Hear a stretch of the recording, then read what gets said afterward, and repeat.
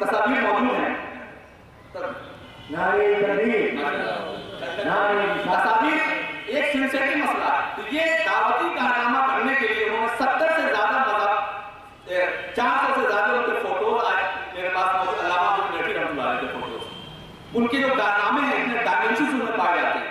لیکن اسی پر کوئی کسی خاندان کسی ادارے نے ابھی مفتی صاحب قبلہ نے ایک مضمون لکھا تھا وہ بات ترانے کے تعلق سے اس مضمون پر باولہ مچایا گیا. آپ اگر اس کو مطالعہ نہیں ہے عدم مطالعہ کی وجہ سے اس چیز کو آپ پیش کر رہے ہیں تو ایک فتنے کو آپ پیدا کریں گے. اس کے لیے ضروری ہے کہ ایسے ایشوز جو سیاسی سماجی ملی یا ملکی مسائل کے ہوں اس کو گڑمٹ نہ کیا جائے. ہمارے یہاں ایشوز کو گڑمٹ کر دیا جاتا ہے. میں نے مثال میں کہا تھا ایک بار کہ سماجی ملکی بین الاقوامی سماجی لال قلعہ پر جو جھنڈا لہرائے گا وہ کیا ہوگا؟ قومی جھنڈا ہوگا. وہاں پر آپ اپنے گینگ گروپ کی بات نہیں کریں گے. جب ملک میں حکومت کے ساتھ یا کسی ایسی طاقت کے ساتھ آپ کو ٹکرانا ہوگا تو وہاں پر آپ اس سارے لوگوں کو ساتھ لے کر ایک دلی مسائل پر بات کرنی پڑے. ہر جگہ اگر ٹکڑی کی بات کریں تو آپ کامیابی نہیں ملیں گے. علامہ شاہ نورانی کی مثال موجود ہے. انہوں نے جمعیت علماء کے نام سے کوشش کی لیکن ناکام ہوئے. پھر مجلس متحدہ عمل بنایا تب جا کر دنیا کے وہ پہلے اسلامی اسکالر بنے کہ انہوں نے قادیانیوں کو کانسٹیٹیوشنلی ڈائورسٹ قرار دیا. اتنا بڑا فتنہ پیدا تھا کہ قادیانی بڑے بڑے عہدوں پہ وہاں فائر تھے اور فائنلی وہاں سے ان کو غیر قانونی قرار دے کر وہاں سے بھگایا گیا. تو آج ہمارے ملک میں ہو رہی کیا اس کے لیے ہمارے لوگوں کو سب جوڑ کر بیٹھنے کی ضرورت نہیں؟ آپس میں جو یہ فتنے کھڑک رہے ہیں اس کے لیے ہمیں لائحہ بنانے کی ضرورت نہیں. اس طرح سے سماجی سطح پہ بھی ہے ملی سطح پہ بھی ہے. اس کے لیے ہم کام کریں اور اپنی وسعت صدری کا خاص طور سے مظاہرہ کریں. اس لیے کہ اسلام ایک ایسا ریلیجن ہے جس میں آنے کے بعد اگر کوئی شخص مطمئن نہیں ہے اسلام میں داخل ہونے کے بعد اسلام کو فالو کرنے کے بعد تو اگر مطمئن نہیں ہے اس کا مطلب ہے کہ ہمیں اسلام کو انٹرپریٹ کرنے میں اس میں اس کے ہم سے غلطیاں کوتاہیاں ہو رہی ہیں. اسلام میں غلطی نہیں. اسی کو برنامج کرنے کہا تھا کہ پوچھا برنامج کا وہ شخص ہے جو اسلام سے خلاف وہ نظریات رکھتا تھا. علامہ عبد المیٹھی کو جب پتا چلا کہ یہ برنامج شخص آج ممباسا کی سرزمین پہ موجود ہے اس سے مثال کو سمجھنے میں آسانی ہوگی. سینکڑوں فتنوں کو درگزر کیسے اس کا مداوع تلاش کیا جاتا ہے تو پتا چلا کہ وہ برنامج جو اسلام سے برگشتہ ہے اسلام کے خلاف سوچتا ہے آج وہ ممباسا کے ایریا میں برنامج آپ کی تقریر سننا چاہتا تھا لیکن کسی وجہ سے وہ نہیں آ سکے.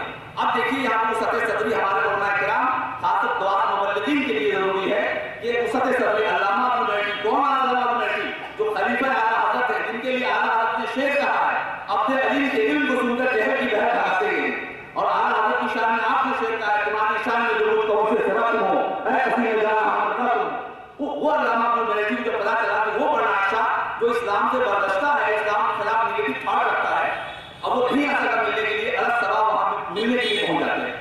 اور جیسے وہاں پہنچتے ہیں برنامج صاحب نے میرے وہاں ویلکم کیا. گفتگو یہیں سے شروع ہوتی ہے. Sorry, I regret last night I couldn't come to listen to you. Why you are on this topic you delivered lecture last night? حضرت معذرت چاہتا ہوں میں رات نہیں آ سکا کسی وجہ سے بھائی کس موضوع پر آپ نے خطاب فرمایا. آپ نے فرمایا I delivered lecture on Islam and peace. میں نے اسلام اور امن سے تقریر کی ہے. برنامج کا دبا بیٹھا ہوا تھا انسان اندر سے کہا کہ I think as I know اسلام اسلام ہے no connection with peace. جہاں تک مجھے پتا ہے اسلام کا امن سے کوئی تعلق نہیں. اسلام کا امن سے کوئی تعلق نہیں. اسلام تلوار کے ذریعے پھیلا ہے لہٰذا آپ کو امن کے بجائے اسلام اور جنگ کی تقریر کرنی چاہیے تھی. کوئی ایک عام عالم ہوتا ایک عام داعی ہوتا جو دعوت کی حکمت کے تقاضے سے وہ عالی ہوتا وہیں پہ گن چھڑ جاتی. آپ خاموش رہے حکمت سے آپ نے جوابات دیے اور ان کے درجنوں جوابوں کو دینے کے بعد برنامج صاحب نے یہ کہا مولانا I was confused about Islam. میں اسلام سے صرف اسلام کے تعلق سے کنفیوژن کا شکار تھا. اگر if it is Islam which you have represented here, I hope that in coming 100 years Islam will develop.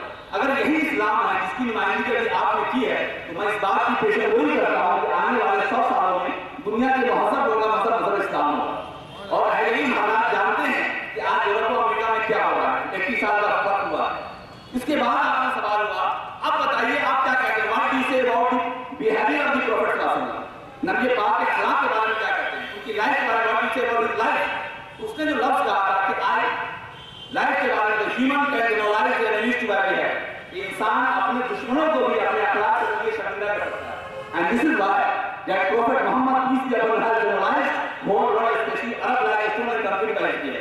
کہ نبی پاک صلی اللہ علیہ وسلم نے پوری دنیا بالخصوص عرب جیسی شقیق القلب قوم کے دلوں کو مستحب کر دیا اخلاق کے ذریعے. اور آپ پوچھ رہے ہیں اخلاق کے بارے میں کہ his life was like a living diamond among dead stones. کہ مردہ پتھروں کے درمیان زندہ ہیرے کے مان زندگی تھی. تو یہ اخلاقی کردار ہمارا ہے کہ اگر ہم اس کو اس طرح پریزنٹ کریں تو ہمارا گھر اور باہر ہمارا سب جو طریقہ سے ہوگا. تو اگر ہم اپنے گھر کو محفوظ نہیں کر پاتے تو پھر باہر کے بارے میں ہم کو سوچنے کی ضرورت ہے کہ یہ کیا چیزیں ہو رہی ہیں. ایک آج امپورٹنٹ ہے مسائل جو ہمارے ہوتے ہیں وہ جغرافیائی خاص یہ ان پروفیشنل قسم کے لوگوں کے لیے ہے. حالانکہ ہم اسٹیج پہ آتے ہیں تو یہ باتیں بہت اچھی نہیں لگتی ہے خود کو, لیکن چونکہ اس کا نیگیٹو افیکٹ ہو رہا ہے اور اس سے نقصانات ہو رہے ہیں. ہمارے پاس ایسے دعات اور مبلغین کی ضرورتیں ہیں جو اسٹیٹ کے الگ الگ ضلعوں اور ہندوستان کے الگ الگ اسٹیٹس کے مطابق وہاں کے تقاضوں کے مطابق وہ اپنے تقاریب اور اپنے دعوت و تبلیغ کے جو ہے نظریات کو سامنے پیش کر سکتے ہیں. اسی طرح دنیا کے برائے ہر طرح کے مسائل, مثلا آپ یورپ کی بات کریں, آپ امریکہ کی بات کریں, آپ افریقہ کی بات کریں تو وہاں کے الگ الگ مسائل ہیں. کہیں کمیونزم کا اثر ہے, کہیں کیپٹلزم کا اثر ہے, کہیں جو ہے تحریک لاطینیت ہے. ہندوستان میں آپ آ جائیں, کوئی علاقہ ہندی بیلٹ ہے, کوئی علاقہ اردو بیلٹ ہے, کہیں آپ کو بدھزم پہ مطالعہ پیش کرنا پڑے گا. اسلام کا بدھزم سے کیا کنیکشن ہے, کہیں اسلام کا سکھزم سے کنیکشن پیش کرنا پڑے گا, کہیں آپ کو بھکتی اور تصوف کے درمیان میں کوئی ایسی صورت نکالنی پڑے گی. صوفیہ کرام کے کریکٹر کو پڑھنا پڑے گا. صوفیہ کرام جو تشریف لائے انہوں نے اس دوسری قوموں کو اپنے کردار اور کریکٹر کے ذریعے کیسے وہ کیا کہ ایک فتنے کی شکل وہ بن رہی ہے کہ ہم جو باتیں کر رہے ہیں اس کا نیگیٹو امپیکٹ پیدا ہو رہا ہے. تو ایک چیلنج بن رہا ہے, اس چیلنج کو ہم کیسے ٹیکل کریں. اس کے لیے ضروری ہے کہ ہمارے پاس ایسے ایکسپرٹ پیدا کیے جائیں جو مختلف علوم و فنون کے ساتھ ساتھ وہ علاقے اور خطے کے پاس گند بنا قدر پورے لوگوں کی عقلوں کے مطابق کہ جس نسل جس قوم جس خطے کے لوگ ہیں ان سے اسی نسل میں خطاب کیا جائے. یہ نہ کہ ایک خطاب ہو اسی کو ہر اسٹیٹ میں گھمایا جائے اور ہر اسٹیٹ میں گھمایا جائے. جہاں پہ جیسے افراد موجود ہوں جو عنوان آپ کو دیا گیا ہے اس عنوان کے حساب سے گفتگو کی جائے. اس لیے بھی یہ اسٹیج بڑا ہی منفرد ہوتا ہے کہ ہر سال ایک نئے نئے عناوین کا انتخاب ہوتا ہے. ہمارے تنظیم کے جو ذمہ داران ہیں وہ بڑی محنت سے کوشش کرتے ہیں, لیکن افسوس تب ہوتا ہے جا کر کہ اتنے پیسے خرچ کیے گئے اور اتنی چیزیں کی گئی اور ہمارے افراد جو ہے وہاں موجود نہیں. 100 کرسیاں بھی شاید نہ بھری ہوئی ہوں. تو معذرت کے ساتھ ہمارے جلسوں کو ایک محض ریچول نہ بنائے. یہ جو ہمارے مخلص حضرات کوششیں کرتے ہیں اس کو اس طرح سے کیا جائے تاکہ اب نئی نسلیں سامنے نہیں ہوں گی, ہماری مسجدوں میں چھوٹے بچے نہیں ہوں گے, یہ اسکول کالج والے یا نئی نسلوں کے بچے ہمارے پروگراموں میں نہیں دکھ رہے ہیں. اس سے کیا واضح ہو رہا ہے کہ آپ اپنے ایک ریچول بنا رہے ہیں, لازے شرطیں وہ آپ کے پاس آ رہے ہیں. میں ایک بہت ہی بیٹر ٹروت بتا رہا ہوں, ڈاکٹر صاحب پورے تشریف فرما ہے. بھارت میں ہمارے جو عظیم بزرگان دین ہے جنہوں نے بڑا کارنامہ انجام دیا 50-100 سالوں کے درمیان, یہ ایک طرف حقیقت ہے. آپ دیکھیں کہ ان کا ٹائم پرسنلی انہوں نے جس لیول پہ کام کیا ہے, جب اس کو نیچے آ کے دیکھیں گے یہ دور جدید کا اتنا بڑا فتنہ ہے, اس کے پوری نسل متاثر ہو رہی ہے. ایک پیر صاحب ہیں یا ایک عالم صاحب ہیں وہ انہوں نے غیر معمولی کارنامہ انجام دیا ہے. اتنا بڑا کارنامہ ہے, کسی کا نام نہیں لوں گا, ہر خطے میں پائے جاتے ہیں کہ ان کے کارنامے ناقابل فراموش ہیں. لیکن میں ایک مثال دے دوں, علامہ عبدالعلی میرٹھی رحمۃ اللہ علیہ 63 سال زندگی پائی آپ نے. 63 سالوں میں 40 سال تک پوری دنیا کے سفر میں رہے. ان کی بیٹی ڈاکٹر فریدہ احمد صدیقی فرماتی ہے کہ ابا جان سالوں میں گھر آتے تھے لیکن چند لمحوں کی تربیت ایسی ہوتی تھی کہ ہم لوگوں کو احساس نہیں ہوتا تھا کہ ہم لوگ اتنے دنوں سے ملے رہے. ایک ساتھ ساتھ آپ نے ایسا پیدا کیا علامہ شاہ نورانی جیسا بیٹا. ایک بیٹا آپ کا جو ہے الیکٹریکل انجینئر پیدا ہوا, ایک بیٹا جو ہوتا ہے قابل ہے, ایک بیٹی جنہ میڈیکل کالج کی ڈائریکٹر کے عہدے پہ فائز ہے. ڈاکٹر فریدہ احمد صدیقی, میں اس کے آ رہا ہوں کہ ہمارے یہاں ایسا فکر ہو رہا ہے اور ہم ایسے جوہلا کو فکر عوام کو تھوپ رہے ہیں. لہذا ڈاکٹر فریدہ احمد صدیقی میں بات کرتے ہیں پچھلے لیٹ 19 ارلی 20 سینچری کے اندر میں پورے میں نے جو مطالعہ کیا آپ لوگوں کی دعاؤں سے, میری مطالعہ لیٹ 19 ارلی 20 سینچری میں عالم اسلام میں کسی عالم باپ کا, میں سے عالم بول رہا ہوں, عالم اسلام میں کسی عالم باپ کا بیٹا بھی وائس چانسلر نہیں بنا ہے. لیکن علامہ احمد میٹھی کی بیٹی ڈاکٹر فریدہ احمد صدیقی نہ صرف دینی تعلیم حاصل کرتی ہیں, برقع کے ہاتھ میں رہتے ہوئے انہوں نے اسکول قائم کیا, کالجز بنائے اور خواتین اسلامی مشن ایک ٹرسٹ بنا کے یونیورسٹی بنائی. اس یونیورسٹی کی آپ وائس چانسلر ہوئی ہیں. تو یہ تربیت کا اثر تھا کہ 40 سال تک آپ نے ٹریننگ بھی کی, لیکن اس کے برخلاف ہم دیکھتے ہیں تو ایک مایوسی یہ ہوتی ہے کہ 90% ہمارے جو نئی نسلیں ہیں ان کی جو اولادیں ہیں وہ اس معیار سے کھڑے نہیں کر پا رہی ہیں. اور ایک روایت چلی آ رہی ہے کہ یہ پیر صاحب ہیں، پیر صاحب کے بیٹے ہیں، لہٰذا وہ علم ہو یا صاحب علم ہو نہیں، انہیں ان کی جو گتی ہے. اسلام میں یہ کوئی موروثیت نہیں ہے. اس پر تفصیلی گفتگو کی جائے گی. اور اس سے ایک بڑا طبقہ جو پڑھا لکھا طبقہ ہے وہ ہم سے کٹ آف ہوتا چلا جاتا ہے. دیکھیے معذرت کے ساتھ ہر بات کرنے میں کچھ ایسی چیزیں ہوتی ہیں وہ ڈر سے نہیں بولتے ہیں، اس لیے کہ ابا جان پیر صاحب کا احترام کر رہے ہیں، محلے کے عالم صاحب کے خلاف میرے والد نہیں بول سکتے، لیکن بچہ آپ سے ڈر رہا ہے. جب تک آپ آیا ہیں، جب آپ سے ہٹتا ہے وہ بچہ ضرور اس کے خلاف باتیں کرتا ہے. تو اس پر غور کرنے لوگ ہمارے بچے ہمارے اسلام سے کیوں کٹ ہو رہے ہیں، وہ کمیاں کیا ہمارے میں پائی جاتی ہیں، وہ کیا فتنے پیدا ہو رہے ہیں جو ماضی میں نہیں پائے جاتے ہمارے میں، وہ چیلنجز کیا ہیں. اس طرح کی چیزیں بھی دیکھنے کی ضرورت ہے. صرف تنقید دوسروں پہ کرنے کے بجائے ہمیں اپنے گھر پہ بھی غور کرنا چاہیے. قرآن کہتا ہے کہ خود کو اپنے اہل خانہ کو جہنم کی آگ سے بچاؤ. ہم پوری دنیا کا ٹھیکہ لے کے کھڑے ہو جاتے ہیں لیکن اپنے بارے میں سوچنے کا ہمارے پاس وقت نہیں ہوا کرتا. تو یہ اسپیشلی جو ہے خاص یہ ٹاپک ہے.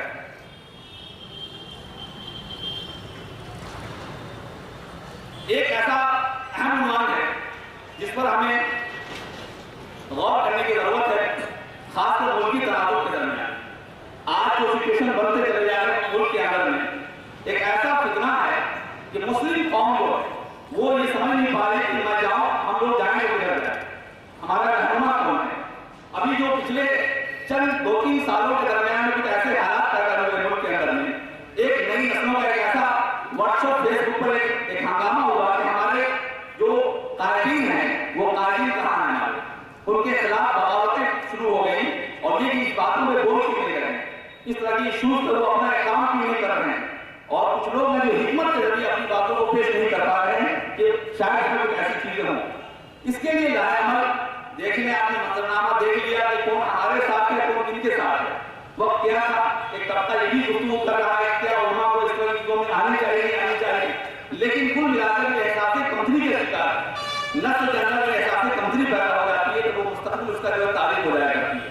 تو یہ جو حالیہ سچویشن ہے یہ ایک ایسا بنا ہوا منظرنامہ ایک فتنے کی شکل میں ہمارے درمیان ہے کہ ہمارے گھر میں 10 افراد ہیں، گھر کے ہم قائد ہیں، محلے کے ہم قائد ہیں، شہر کے قائد ہیں، ملک کے بقائی قائد ہیں.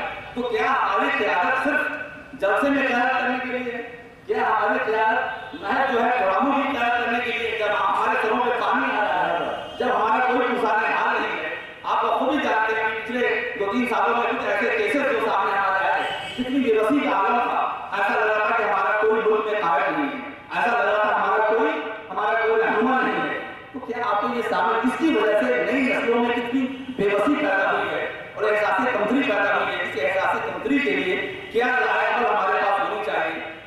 جب ہمارے سامنے چند عناصر ایسے موجود ہوں جو بظاہر ہمارے لیے وہ خلاف بظاہر وہ ہمارے لیے 2 آفتیں پائی جائیں، ان 2 آفتوں میں سے بڑی آفت جو ڈرا پانے کی چھوٹی آفت کے لیے کیا رائے عمل ہمارے پاس؟ تو کیا ہمارا اسٹیج ہماری مسجدیں صرف اس لیے ہیں کہ ہمارے یہاں فاتحہ کی جائے اور یہاں سے مذہبی امور میں گفتگو کی جائے؟ ایک قائد کے لیے یہ بھی ضروری ہے کہ سماج میں ملک میں تمام چیزوں میں کیا ہو رہا ہے اس پہ بھی آپ کی نظر ہونی چاہیے.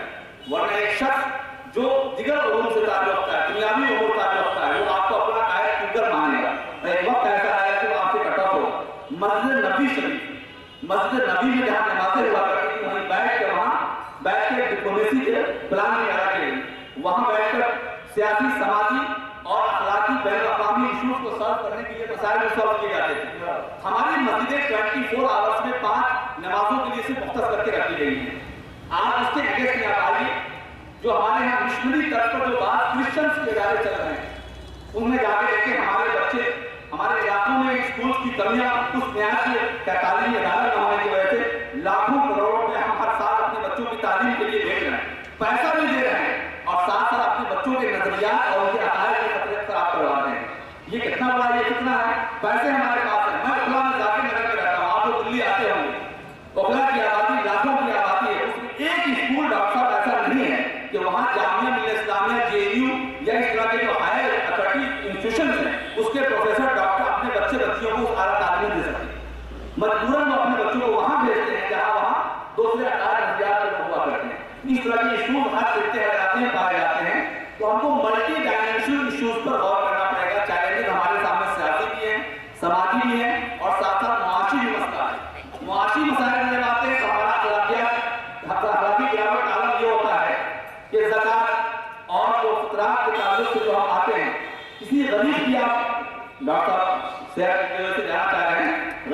آپ کا تعاون کرنا چاہتے ہیں تو اس تعاون کی وجہ سے آج سوشل میڈیا کا زمانہ ہے کہ ہم اس کے تعاون کرنے کے بجائے کیا کرتے ہیں کہ اس کو ایک فوٹو لے کر کے ہم واٹس ایپ پہ ڈال دیتے ہیں.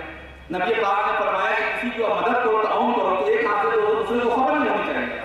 لیکن آپ کسی کا تعاون کر رہے ہیں زکات کے نام پر, کسی جو غریب کی شادی کے لیے, تو آپ اس کو فوٹو لے کر گویا کہ اس کو ذلیل کر رہے ہیں. اس شخص کا تعاون نہ کر رہے ہیں بلکہ اس کو ذلیل کرنے کی کوشش کر رہے ہیں. اس طرح جو حالات ہیں سماجی طور پر جو ہے اس میں ہمیں اپنے آپ پر خاص طور سے احتساب کرنے کی ضرورت ہے. سماجی, سیاسی, ملکی مسائل پر خاص طور سے غور کرنے کی ضرورت ہے اور اس کے لیے ایک ٹیم کی ضرورت ہے جو لاہنامہ تیار کرے. اور اس ٹیم کے لیے ضروری ہے کہ وہ ملکی سطح پر, اسٹیٹ لیول پر ایسے افراد کی ایک ٹیم ہو جس میں مختلف علوم و فنون, مختلف نظریات اور مختلف خیالات ہمارے درمیان جو ہمارے نظریات طرف سے ملتے ہوں لیکن ان کے شعبات ان کا الگ ہو. اور ایسے افراد کی ایک ٹیم ایسی ہو, تھنک ٹینک کی ٹیم تیار کی جائے, تنظیموں اور تحریکیں کے طور کام کیے جائیں.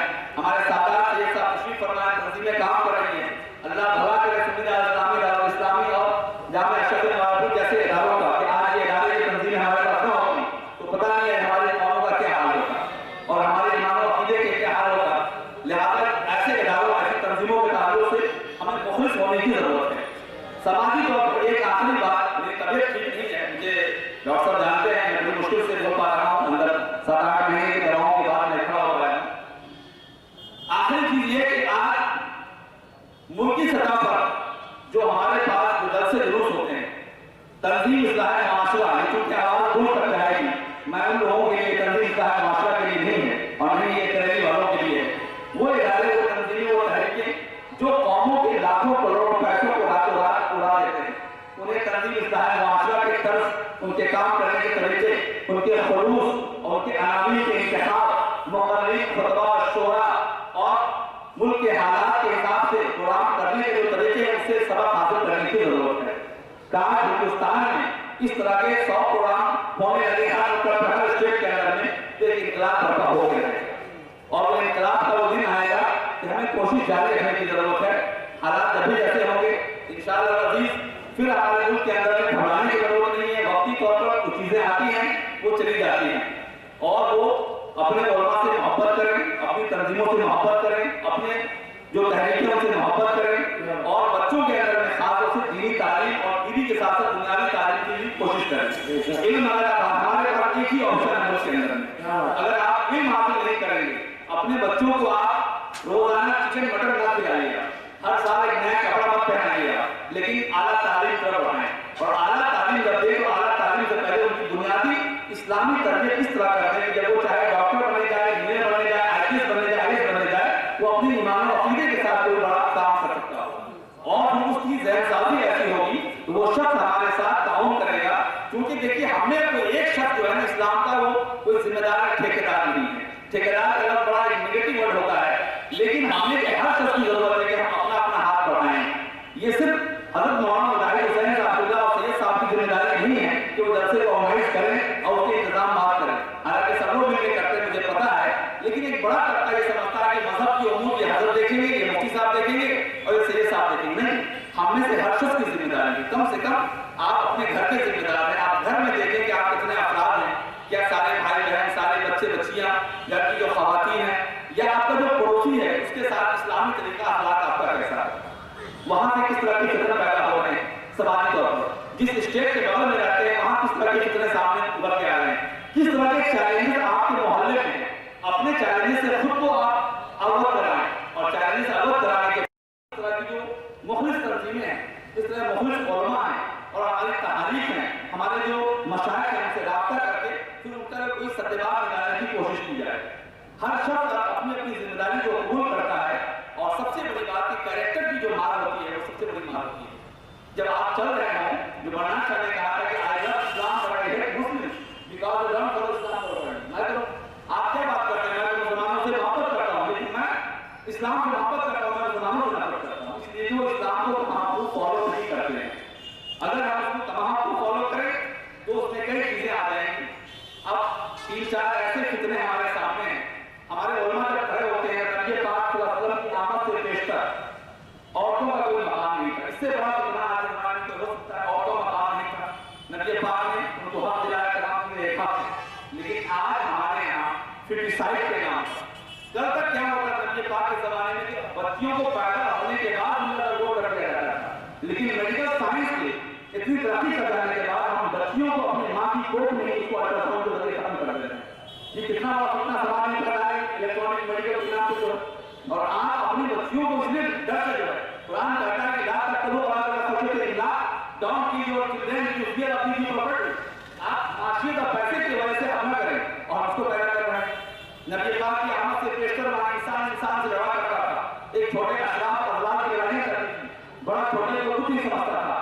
آج ہمارے درمیان بہت ساری ایسی چیزیں ہیں کہ ہم ذات برادریوں میں اس قدر جگڑے ہوئے ہیں، ایک اسلام کا فالوور ہو کر، صوفیہ کرام کا فالوور ہو کر، اور بڑے اپنے اکابر کے فالوور ہونے کے باوجود بھی ہم ذات برادری اور چھوٹی چھوٹی چیزوں میں اس طرح جگڑے ہوئے ہیں، کہیں کہیں کوئی اتنا سیریس مسئلہ ہو جاتا ہے کہ ناک کا مسئلہ بن جاتا ہے۔ میرے سامنے اس طرح کے ایشوز آتے ہیں، میں وہی بولتا ہوں جن ایشوز کو میں محسوس کرتا ہوں اور ٹچ ہوا کرتے ہیں۔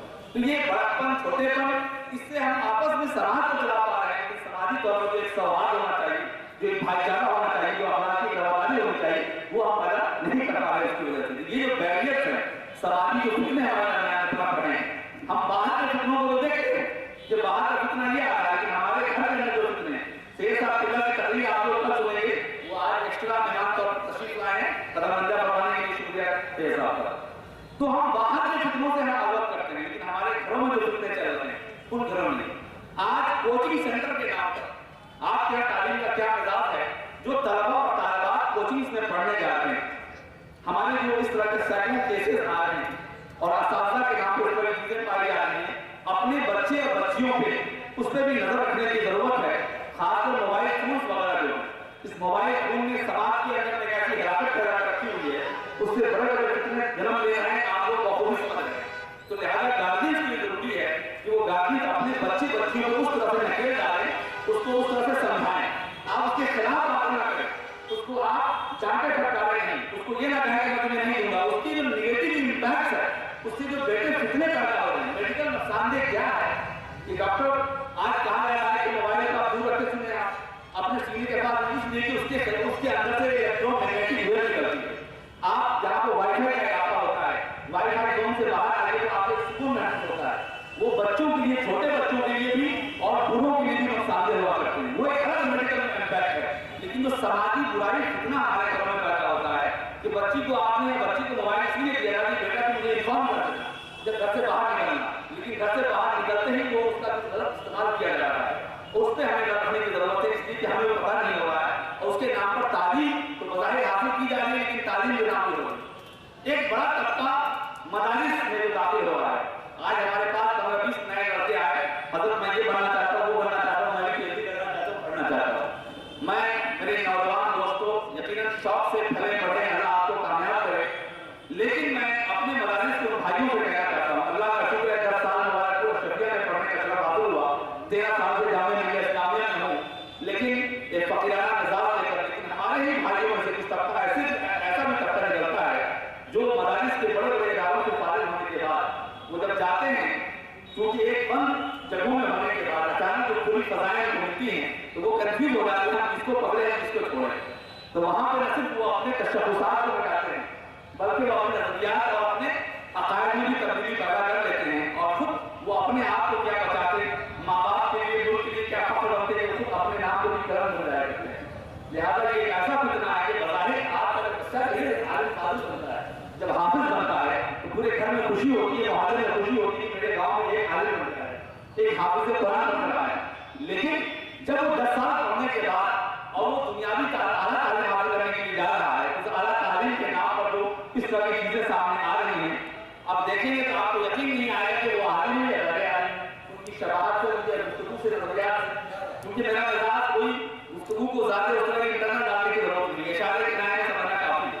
یہ چھوٹے چھوٹے فتن، اتنے فتنے آپ اس کو کاؤنٹ کریں گے، اس کے لیے کاؤنٹر کیا کرنا؟ علامہ اشرف القادری مبارک نے فرمایا تھا، میں اس سے پہلے بھی شاید شعر پڑھا ہے، اس لیے ہمیں مسائل کو ڈسکس کرنے سے کمان، مسائل کا حل کیا ہے، تو تقریباً جتنی باتیں میں آج کرتا جا رہا ہوں، باتوں کے آخر میں ان کا حل بتا رہا ہوں، اس کو سنجیدگی سے غور کرنے کی ضرورت ہے، ایشوز کے لیے کہ شکوائے خانہ خرابی بھول جانا چاہیے، شکوائے خانہ خرابی بھول جانا چاہیے، اب سرے سے ایک نیا عالم بسانا چاہیے، بعض ان شاہین میں فطرت آزاد